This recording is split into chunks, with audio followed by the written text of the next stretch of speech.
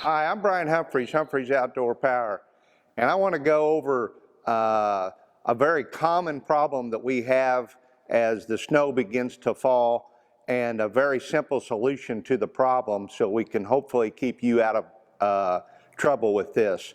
What we see a lot of times when the snow falls in for the first time, everybody gets a little excited, wants to go plow snow, but they forget to check the tire pressure in especially their front tires.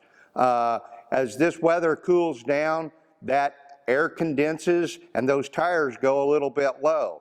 So we need to check these tires before we go out to plow snow and make sure they're at their maximum inflation rate. We've got the weight of the loader on them, and then we start pushing down and shoving snow with the loader, so we put some pressure on those. What can happen if those tires are too low, it will actually blow that tire off of the rim.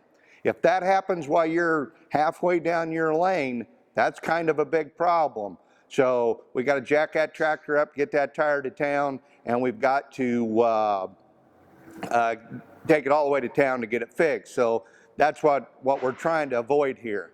So if you'll just take a few seconds, look on the side of your tire. All the tires are different depending on the tractors. This little 2501 right here with the R4s, the maximum inflation rate is 45 pounds. It will tell you that right on the side of the tire.